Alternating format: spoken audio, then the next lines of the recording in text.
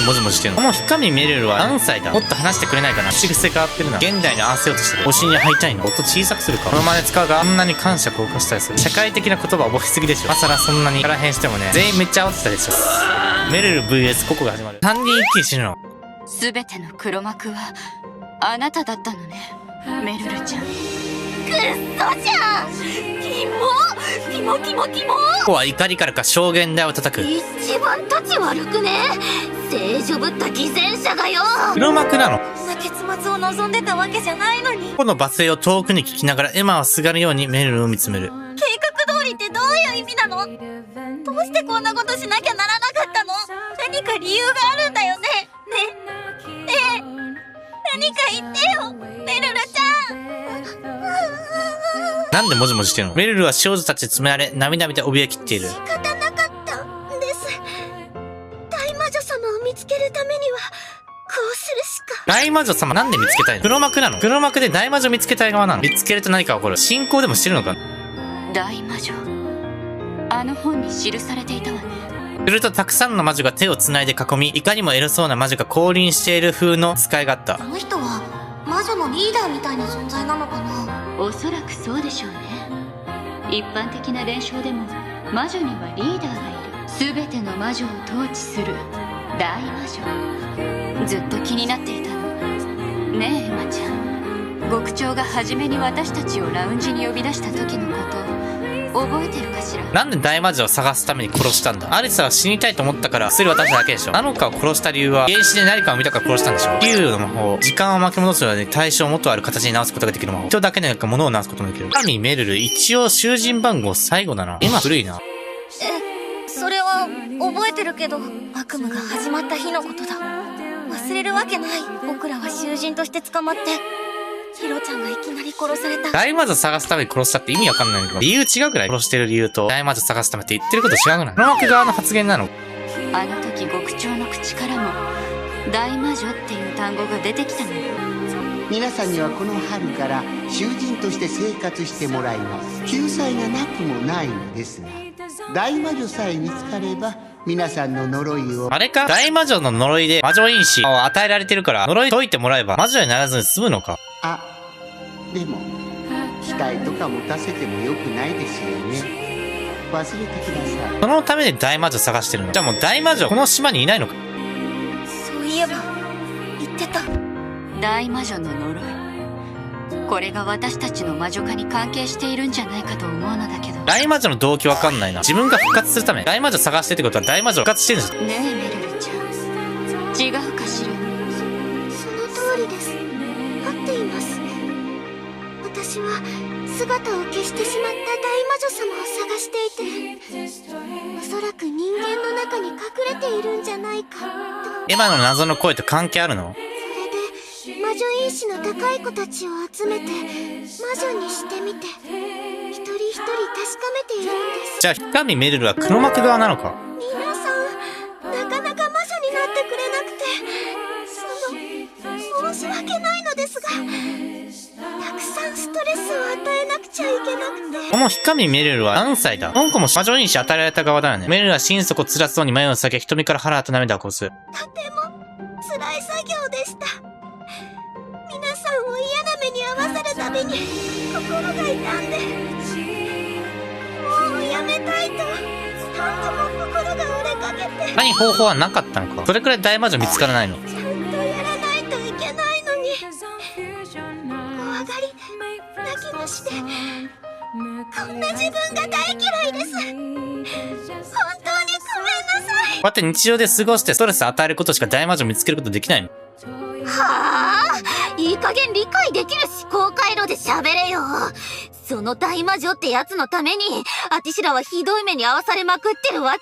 何を今回にストレス与えて大魔女探してんだ？これが確実だと思ってんの？そこまでして何のために大魔女を探しているの？呪い解くためでしょ。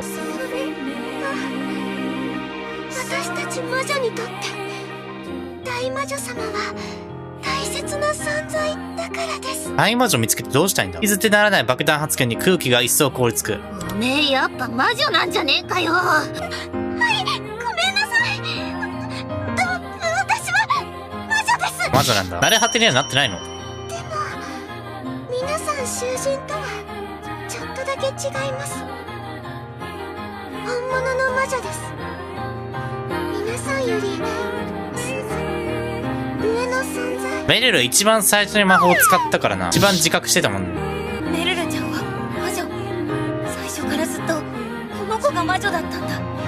私は人間が魔女因子によって魔女化しているいわば人間魔女とは違う真の魔女。大魔女を探しているのか。人間のことは何とも思ってないのかな。魔女って多分人間のことを恨んでるよね。なので私たちは皆さんのように慣れ果てにはなりません。大魔女の呪いによって魔女にされた人間は殺人衝動が高まり、理性を失った化け物になる。私たちはその犠牲者ということなのね。そして本物の魔女であるあなたは違う。はい、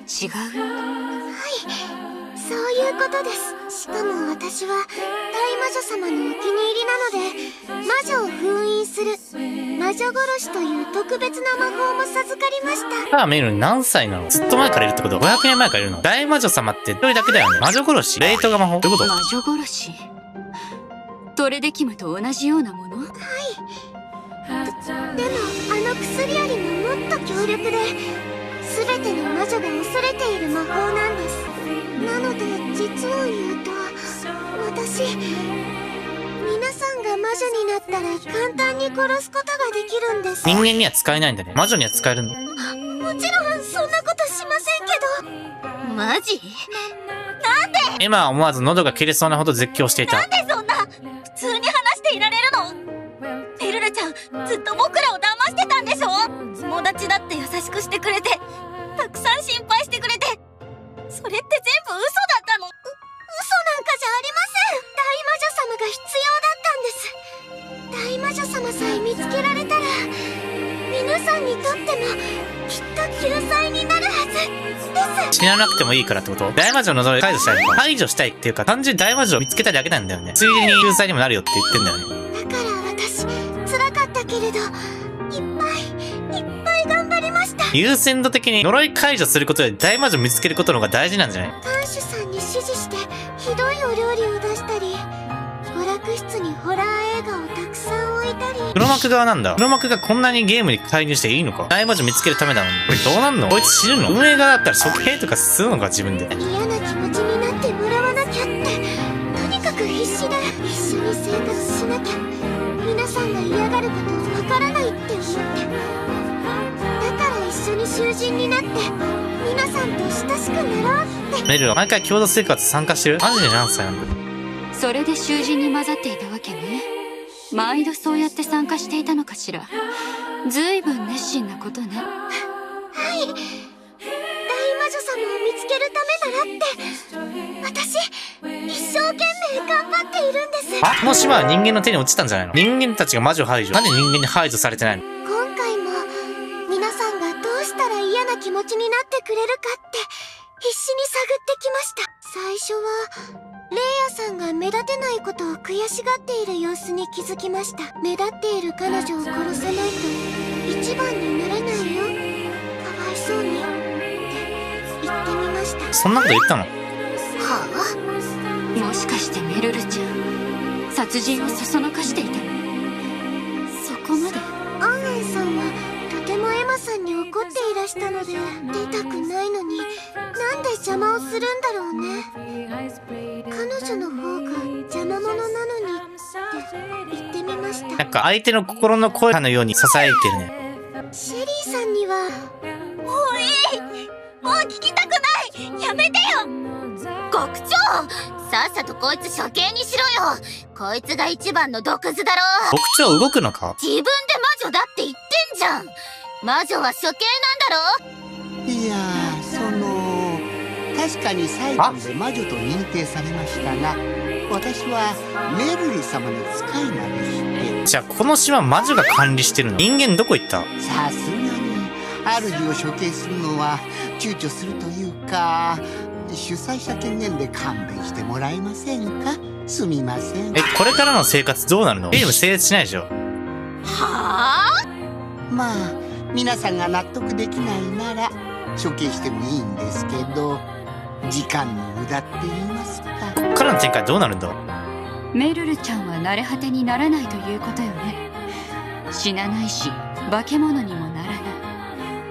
それなら確かに時間の無駄ね。マジだから不死なの？メソメソしていたメルルがぐずっと鼻を鳴らす。これまで囚人として魔女裁判に参加して魔女として処刑されたことは何度かあります。え？痛いし辛いし、今回はもういいです。もう死なないんだな。全部バレちゃいましたし、結局大魔女様は見つかりませんでしたし、もう今回はここで終わらせます。じゃあ次始めるの？全員殺すの？大魔女ってそんなに見つけるの大変なの？はぁ？皆さんのこと大好きでした。はぁ？エマちゃん、ココちゃん、気づけばマーゴがエマの近くに立っていた。エマの手首をギュッと握ってくる。逃げましょう。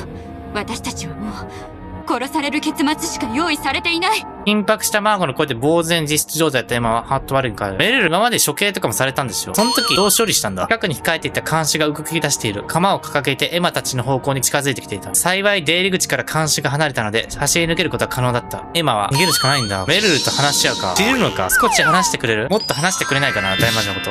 待って、エマちゃん。エマはマーゴの生死を振り切ってベルルの元へ駆け寄った。メルルちゃん、もっとちゃんと話し合おう。こんなことしなくてもいいはずだよ。エマさん。エマはギュッとメルルの手を握り必死に訴えかける。メルルちゃんは僕の友達だからこんなの。エマさん、ありがとうございます。そんな風に言ってくれるなんて嬉しいです。やっぱりエマさんは私にとってかけがえのない大切な友達ですね。殺した時の感情はどうなんだ？大魔女いなかったで終わるのか？静かに微笑んだメルルに対してエマの瞳はかすかに希望の色を取り戻した。これでごめんなさい。いつの間にか接近していた看守が鎌をエマの首にめかけて振り下ろした。ついに切った。交渉の通じる相手ではなさそうね。殺しに来てるじゃん。大魔女かもしれないのに殺して大丈夫なの？クソじゃんお前。なんで？意味不明。ちょっと待ってって、助けて。マーゴさんもココさんもごめんなさい。でもちゃんと終わらせないといけなくて。いっぱいね。変身だ。皆さん、とってもいい人たちでした。皆さんのこと決して忘れません。大魔女の方が大事なんだよ。3人の首を見ながらメルルはただ静かに涙をこぼしていた。数秒静かな時が訪れる。やがてメルルは涙を拭い、両拳を胸の前で勇ましく握りしめた。だって次の準備を頑張りましょう。また魔女裁判するの？数時間が経った。メルルは地下に響く足音を立てて、看板を見回っている。メルル様、遺体の片付け終わりましたけど。お口癖変わってるな。ありがとうございます。今回は大忙しになりそうですね。手がかりたくさん残されちゃいましたもんね。次の子たちが来るまでにしっかり痕跡は消しておかないと。手がかりもあるんだな。見つけきれてないものもあるんだな。しかも少し壊れていますし、ナノカさんの落書きも見つかったそうです。もっと徹底的に心配の種は潰しておかないと。なのかそんなに痕跡残してるの？今回の子たちは結構優秀でしたね。メルル様、何回泣かされそうになってたことか。もう泣いてませんよ。あれ？言いながらメルルは部屋の隅に落ちていた紙切れを拾い上げ読みふける。何読んでるんです？シェリーさんがエマさんに宛てた手紙のようです。この手紙は捨てるのか？やがて静かにすすり泣き始めた。手紙を大切そうに胸元で抱きしめる。シェリーさん、友達思いでしたね。こんなに美しい友情を見せられて本当に感動しました。宝物のような時間をありがとう。マーゴさんに改装された官房とかも直しとかなくちゃですね。やれやれ。はい、せっかく可愛いからなんだかもったいないですね。悪いとも思ってないタイプだな。メルルは近くのランタンで手紙に火をつけると、あっけなく廊下の隅に投げてた。証拠隠滅優先したのは悪意持ってるとかそういうのじゃないの。多分価値観が違うんだよね。その後も時間をかけて、時には日をまたいでメルルは各部屋を巡る。すべては次にやってくる魔女候補の少女たちのための下ごしらえ、現状回復だ。会長長？赤い蝶の魔法は解けないんじゃない？メルルは開いた本を手に持ちながらぼんやりまとめには羽ばたく赤い蝶を見つける。一方極蝶が羽ばたいたかと思うと、すかさず蝶をついばんで食べてしまった。しっけ。何ノアさんの魔法ですか。今回も消えない魔法が出てしまいましたね。はだんだん限界来るんじゃないか。あ、厄介なんですよね。ただでさえ消えない痕跡になりますし、中庭の虹とか、この図書室のあれとか。図書室のあれってなんだ。本を読んでいくと死ぬってやつ。牧長は忌まわしげに図書室に咲き誇っている桜に視線を送る。私は綺麗だから好きですよ。図書室の桜か。でもどこでどんな風に囚人さんたちの助けになっちゃうかわからないですもんね。困ったように笑うメルル。そんな彼女にズルズルと這いずるような音を立てて看守が歩み寄ってくる。いくつもある手で複数の本を持っており、そのうちの一冊をメルルに差し出す。この本にも大魔女様のことが載っていました。痕跡消すんだ。看守はゆっくりとうなずく。その答えにメルルはファーッと顔をあからめた。ありがとうございます。大魔女の痕跡すらも消すの？まるで子供のように大切に本を抱きしめる。探せばまだあるものですね。マーゴさんが解読し始めた時には焦りました。そんなことより大魔女様の記録が少しでも見れるのが私にとっては嬉しいです。あ、大魔女だ。会ってないの？そして変化のない牢屋敷の日々は今日も続いていく。みんな何か変化があっても全てが元の形に帰っていくのだ。数日後、おおよその現状回復を終わらせたメルルは極長と中庭でティーセットを広げていた。ところでついに DVD プレイヤーを牢屋敷にも置くことにしようと思います。極長さんはどっちがいいと思いますか？現代に合わせようとしてる。メルルは手に持っていた DVD パッケージを極長の目の前に差し出した。昔はライブ配信とかなかったのかな？次はこういう方法でもストレスを与えないとって思うんですけど、なかなか決めきれなくて。最強の心霊スポット映像、世界一怖い心霊写真。そのタイトルを目にした極長は小さく息を吐いた。どっちでもいいんじゃないですか。どっちもつまんなそうですけど。極長は感情あるのかい？じゃあどっちも置きましょう。これでもっと早く魔女化が進むといいんですけど。そんなんで進みますかね。どう考えても誰も見なさそうですし。なんで強制的にストレス与えないんだろう。こういう形でしかストレス与えないのか。殺人衝動を覚えさせないといけない。多分魔女か大魔女か証明させるために処刑して、慣れ果てにならなかったらそれが大魔女ってことでしょ。死であって慣れ果てにならなければ。そんなことより次の看守を前回の候補から選んでいただきたいんですけど。そうでした。今回は誰を看守にしましょうか。一緒に暮らした仲間を監視するの？扱いやすい人でお願いしますよ。反抗心とか残ってると面倒なんで。反抗する人いるの？なんか野良の慣れ果てとかいたよな。というか DVD プレイヤーなんていつの間に発注したんです？メルル様は電子機器とかわかんないと思ってました。おばあちゃん扱いしないでください。神メルル何歳なんだろう。大切な友人たちにいろんなことを教えてもらいましたから。実際暮らして聞いてるんだな。価値観が違うタイプだな。文化が違うって言うべきか。特にあの子は印象深いです。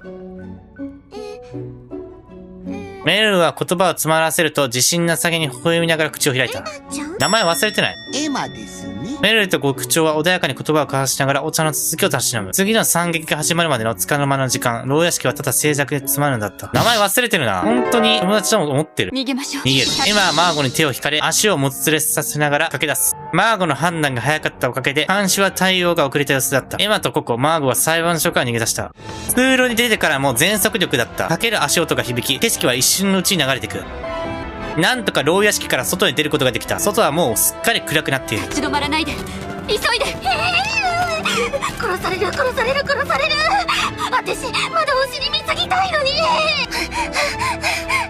エマたちは看守の恐ろしさを知っている。一度捕まってしまったら力ではかなわない。射程距離で弾を振られたら首でも胴でも簡単に切り離される。背後から迫る脅威が足取りを生かし、心臓が必死な鼓動を打つ。つうか逃げるってどこに逃げればいいわけ？息もキレキレにココが叫んだ。この島は全部あいつらの管轄っしょ。どこに逃げたってめっちゃ袋飛んでるし、いつかは見つかるに決まってんじゃん。それでも逃げなくちゃ殺されるのよ。方法がどこかにあるかもしれないわ。死にたくない。帰りたい帰りたいよ。会いたいよ。推しに会いたいの？メソメソするのは後にして、とにかくどこか隠れる場所を見つけるのよ。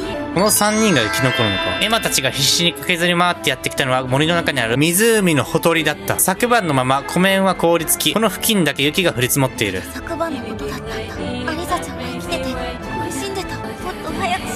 たどり着けていたらその死を止められたのかもしれないのに。だって雪が降ってんだよ。死ね、いい加減にしろよ。雪寒いだろうが。ココちゃん、大きな声を出さないで。今は近くに追っ手がいないようだし、この辺りで隠れる場所を探しましょう。ここには野良の慣れ果てがいたんじゃないか。隠れるという言葉が発された瞬間、ココが弓に弾かれたように背筋を伸ばした。怖がらせてごめんなさい。今牢屋敷の管理者たちは私たちを探している。さっきもフクロウを見たわ。少女たちは声を押し殺して隠れられそうな場所がないか探し回った。エマちゃん、ココちゃん、ここに隠れましょう。音小さくするか。少しの間探し回ってマーゴが指し示したのは大木の鱗だった。こんなとこに入んの？狭そうだし痛そうだし。言ってる場合だと思う？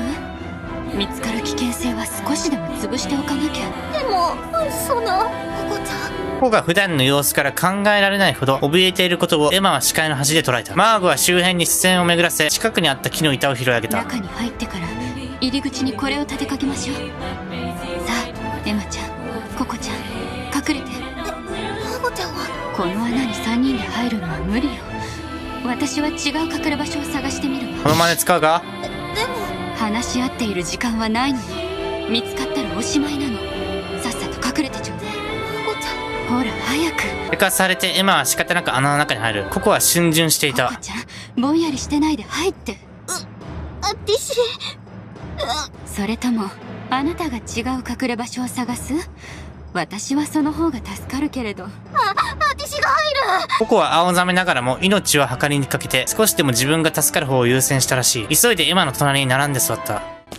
木の板が立てかけられ、中は真っ暗になった。そしてすぐにマーゴの足音が遠ざかっていったマゴち。ゃん、ありがとう。何度も何度もたくさんの少女たちに裏切られて、エマの心はもうボロボロだった。けれどそれでもエマはマーゴの優しさに触れて、感謝せずにはいられなかった。穴に隠れて少し経ったところで、聞き覚えのある羽音が聞こえた。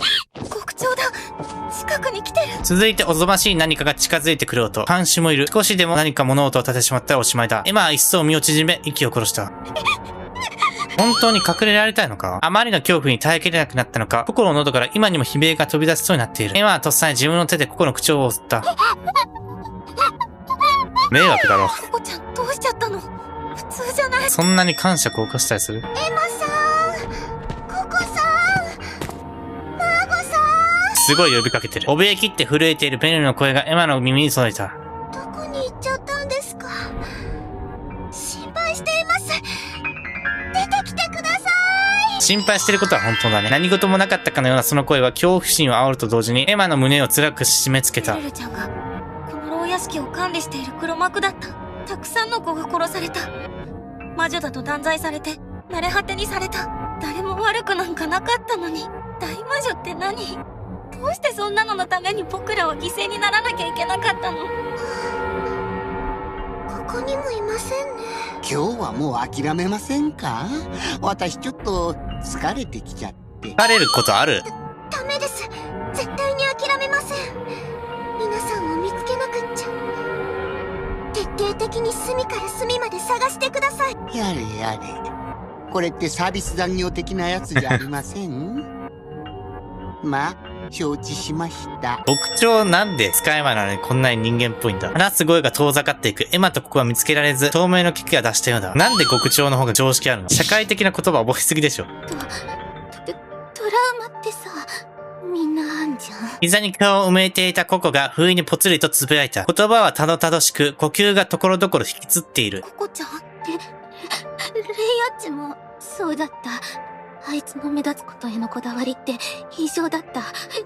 きっと昔なんかトラウマがあったんだと思う。あいつは魔女を作るためにストレスがいるって言ってた。みんなトラウマえぐられると魔女になんだよ。そうだね。言われてみるとエマも確かに思い当たるところもあった。私もさ、どうしても苦手なことがあって。暗闇か？こんな風にかくれんぼしてると胸が爆発しそうになる。めちゃくちゃ可愛らしくない？一番マシじゃない？それってもしかしてココちゃんのトラウマってこと？何をされたの？エマが食いつくように尋ねたが、ココは浅い呼吸を繰り返すばかりで、まともに返事をする余裕がないのだった。私、安心したいんだよ。みんなを監視する側でいたいし、見守られたい。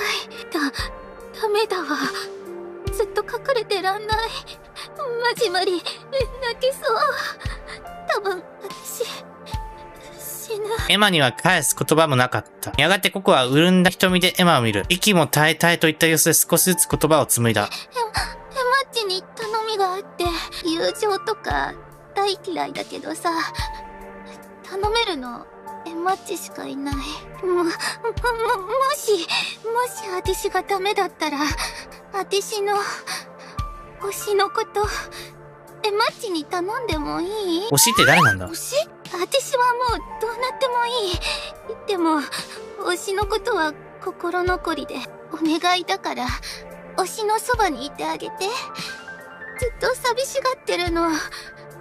毎日私の写真に話しかけてくれて。でも今は外部からの情報を全く得られてないんじゃないの？大好きなの。大切なの。私にとって世界のすべてなの。ココちゃんの推しって言いたくないけどさ、愛とかそういう綺麗なのだるいから。でも大好きなんだよ。私の残された最後の家族。おじいちゃん。おじさんの次はおじいちゃん。そういうことだったんだ。この牢屋敷に捕まってからココは何度か独り言のように誰かと会話していた。それはきっとココの家族がココの写真に話しかけてくれていたから。お願い。ねえ、お願いエマッチ。幻覚じゃなかったんだね。でも外部から情報を得られる？わかった。ココちゃんのおじいちゃん。ココちゃんの推しに必ず会いに行くから。推しは家族か。一緒に生きて帰ろうとはもはや言えなかった。ただココの心を少しでも軽くしてやるため、涙を耐え、エマは約束した。ありがとう、エマッチ。そのあたりここで死ぬのか？私ね、ここの暮らし嫌いじゃなかったよ。ほんのちょっぴりだけど、みんなのことを家族みたいに感じてた。だからエマッチも、私の推しかもな。あんだけひどい言葉言っといて、今更そんなにからへんしてもね、全員めっちゃ煽ってたでしょ。死なないでよ。約束、守れよ。ココが力ない拳を胸に押し当ててきた。その手は震えが激しくなっている。ただの恐怖では到底説明がつかない様子だ。木の鱗の中は寒くもないのに歯をカチカチと鳴らして体全体が揺さぶられているかのように震えている。ココちゃん、ダメだ。これ以上はココちゃんの心が持たない。ココの顔を覗き見ると顔に亀裂が入っていた。ココちゃん、それ、どうしたの？エマがココを揺さぶるとココは上言のようにつぶく。私さ、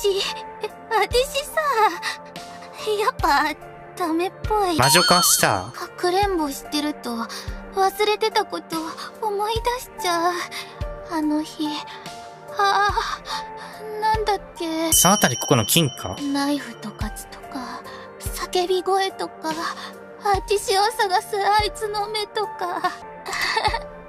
あれ？私、魔女化してね。エマにはココの身に過去何があったのか知る由もなかった。証拠品まだあるな。ハビー・メリルはトラウマを知らないのか？資料では載ってないよね。トラウマ知らないから一緒に暮らして聞き出そうとして殺人に誘導させてるのかな？もうこうなったら隠れるなんて言ってられない。ココちゃんしっかりして。ねえ、ここから出よう。なんで隠れちゃいけないんだっけ？大丈夫か？そっか。そうだった。性格変わった？殺人衝動？そ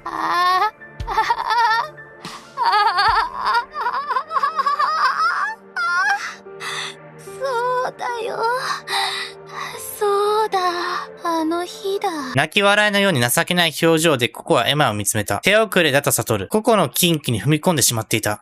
お父さんとお母さん、それに年の離れた弟。すごく平凡な家族だった。毎日が平和すぎて退屈で、でもそんなに悪くない。あまりに普通の一家で、アティシだけがちょっとだけ気づいた不思議な力を持ってた。この頃からアティシなの？アティシを見ている人がいたら、その映像をアティシは俯瞰することができた。直接じゃなくてもいい。アティシの映像でも写真でも、とにかく誰かがアティシを見ていたら、俯瞰できてしまうのだ。誰かの秘密を覗き見れちゃう。好きな男子の情報をリサーチできちゃう。情報通のアティシは男子にも女子にも大人気。なんて素敵な魔法なの。素敵な日々はある日あっさり崩壊した。殺人人鬼がうちに押し入ってきて、理由もわからずアティシの家族を惨殺していった。なぜ？アティシはクローゼットに隠れていた。目から血流れてる。配下にいるお父さんが殺されたのを見ちゃって、慌ててそこに飛び込んだ。殺人鬼が家の中を蹂躙している。袋の山に隠れて限界まで息を殺した。ミシミシミシと殺人鬼が階段を登ってくる。怖い。お母さんも見つかって刺された。弟も見つかって刺された。その時、家の中にある家族写真をお父さんもお母さんも見ていた。だからアティシは浮かんできた。全部見た。見えてしまった。どんな風に殺されたのか。ザクザクと肉を裂き、血しぶきを上げ、苦しみ、うめき、喘ぎ、息が絶えるその直線まで。ごめんなさい、ごめんなさい、ごめんなさい。一人だけ隠れててごめんなさい。お願いだからもうアティシを見ないで。もう見せつけないで。なんて最低な魔法なの。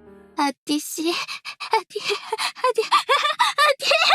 トラウマなんだな。隠れてる時家族殺されたから。この体がボコボコと音を立てて変形していく。うめき声とともに異形になっていく。魔女化した。今は慌てて穴から飛び出した。追いかけるように化け物になったここも出てきた。もはや理性を失った瞳が目の前の獲物を見据え、獣のようにうなり、よだれを垂らす。理性あるな。襲いかかってくるここにエマはただ腕で体をかばうことしかできなかった。どうすんの？痛みを覚悟してぎゅっと目をつむる。しかし直後に来るはずの痛みも衝撃もやってこなかった。誰だ？恐る恐る目を開くとエマの前にはマーゴが立っていた。マーゴがかばった。マーゴ隠れていたの。マーゴの腹は長く伸びたここの腕に繋がれていた。体を貫通し背中からここの爪が飛び出している。何？ぼんやりしてるの。逃げなさい。マーゴ隠れられていたのか。マーゴはここの腕を必死で掴み、暴れるここをなんとか抑えながら叫んだ。ココが狂ったように暴れ、ボタボタと地面に大量の血が落ちる。その血が色鮮やかな蝶へと変わっていく。ココ何してんだ？この後バトルのか？メルル VS ココが始まる。どうやら私は魔女になってないよね。死なないことに期待したけど残念だわ。顔を歪め血を吐きながらマーゴが声を絞り出す。やがてマーゴはエマを振り向く。笑顔を作っているようだったか、どうしても悲しみを伝えているように見えた。私人として死ぬみたい。やだよマーゴちゃん。一人になるのかエマ。メルルとエマだけが生き残るのか。なんでかばったの？なんで？本当にね、私だけでも生き残ろうと思っていたのに、なんで助けたのかしらね。何のメリットもないのに、ココちゃんに襲われるエマちゃんを見てとっさに助けたくなっちゃった。マーグはほっと微笑む。私ね、今まで人をほとんど信じたことがないの。あなたのことも信じてない。いつも綺麗事を言って人を助けようとするあなたがどこかで裏切る瞬間を楽しみにしてた。一回マーゴに占ってもらった時のバッドエンドが人が死ぬ様子を楽しんでた。いいからいつもみたいに平気な顔してよ。嘘だって立ち上がってよ。いくらエマがマーゴの体を揺さぶっても血が大量に流れていくだけ。本当はね、あなたの綺麗事が嫌いじゃなかったの。信じないようにしていたけれど、少しだけ信じてみたくなったあなたなら本当に私たちを救ってくれるんじゃないかって夢を見させてくれて感謝しているのよ。マーゴちゃんいなくならないで。僕を一人にしないで。逃げて、あなただけでもどうか生きて。最悪な時に本音が出ちゃった。これが最後だった。力を失い、ここの腕が引き抜かれる。意識を失ったマーゴの体が崩れ落ちていく。荒れ果てとなったここが獲物を見せるギラギラした瞳でエマの方を見ていた。エマは歯を食いしばり、キビスを返して走り出した。キビスを返すって表現好きだね。背中を向けるじゃなくてね。どれだけ走っただろうか。ココの姿もマーゴの姿も監視や極長、メルの気配もない。エマは一人ぼっちにされて牢屋敷の前へと戻ってきていた。そこで力なく膝を折り、うずくまった。誰もいない。逃げることもできない。僕は何一つできなかった。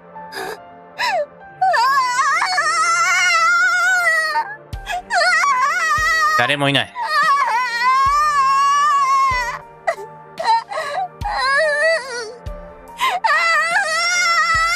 エマはもはや耐えきれず、身を震わせてただただ同国の声を上げた。どうするの？メルルか？エマはフラフラした足取りで裁判所に戻ってきていた。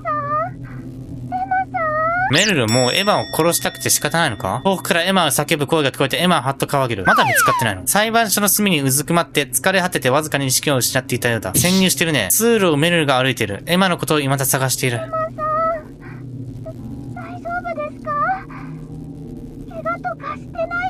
心配してるように見えて殺してきますね。うろうろと歩き回っているメルルの声は思いやりに満ちていた。エマは足音を立てないように忍ばせ、出入り口の方へと歩み寄っていく。わずかに開いた扉の隙間から通路を覗いた。メルルは極長と監視を引き連れていた。それに、ココちゃん。ここも洗脳された。監視が慣れ果てとなったここを抱えている。ここは氷漬けされておらず、ジタバタともがき、うなり声を上げていた。監視の方が強いのか？森で慣れ果てになっているココさんを見つけて、マーゴさんの死体も見つけて、あとはエマさんだけなんです。お腹空いてないですか？ココさんに襲われて怪我しちゃってないですか？とっても心配しています。メルルちゃんの声を聞くな。僕に味方なんていないんだ。エマさんのことも処分しなくちゃいけなくて、でも本当はそんなことしたくないんです。でもするんだぞ。私が機関からこの牢屋敷の管理を任された時、魔女因子が高くて魔女になる危険性のある子は全員処分するように言われました。機関って何？人間のこと言ってるよね。証拠品まだあるんだけど。島が人間の手に落ちた。この後は機関ができたの。メルルはなんで機関に従ってんの？手に落ちたのに。何のために？大魔女探すためだけ？でもそんなのあまりにかわいそうです。だから私、皆さんのことを救済したくて。メルルはなんで逆らえないんだ？魔女の力持ってるの。いっそ最初に殺されていたら、何も知らないままで処分されていたら、メルルの優しさ甘さは真綿で首を絞めるように、ただただ少女たちを苦しめる拷問行為でしかなかった。それに、大魔女様をどうしても見つけたかったんです。そのためには、魔女になってもらわないといけなくて。大魔女だと確認するためには魔女にするしかないの？牢屋敷の中でのことは、私に前任されていたので、それで、魔女裁判のシステムを思いついたんです。メルルが考えたんだ。でも、何回やってもうまくいかなくて、囚人たちは慣れ果てになってしまいます。メルルが透明な液体を持っていることに気づく。魔女を殺す薬、それで義務だ。私の持っている魔女殺しの魔法があれば、慣れ果てになった魔女でも殺せます。でも、そんなのかわいそうでしょ？だから私は、皆さんを凍結保存してあげているんです。それは事実か？そう口にしながらも、メルルはその薬の瓶の蓋をおもむろに開いた。そして暴れる子の口を監視の手で強引に開かせ、トクトクトクと液体を注いでいく。ここ殺された。今は驚きで思わず声を上げてしまい、とっさに口を塞ぐ。手遅れだったメルルの表情が心底嬉しそうにパッと輝く。ここを殺した？そこにいたんですね、エマさん。ずっと探していたんです。何やってんの？冷凍保存してあげてるとか言っときながら、なんで真逆の行動するんだ？来ないで。抵抗する術を一切持たないエマは裁判所に入ってきたメルルに対しただ叫ぶことしかできなかっエた。マさんは私のこと嫌いですか？メルルがエマを見つめる瞳は悲しそうだった。私、ずっと一人で寂しいんです。見捨てないでください。極長いるでしょ。しばらくの間、二人は見つめ合い沈黙が流れた。これまで育んできた思い出や絆がエマの心をどうしようもなく揺さぶる。そしてエマは、これでも近づいたらダメなんだろう。何されるんだ？普通に首ちょんぱでしょ。その後だよね。そしてエマは、一人、エマは上ごとのようにつぶやいた。優しいエマさんなら、分かってくれますよね。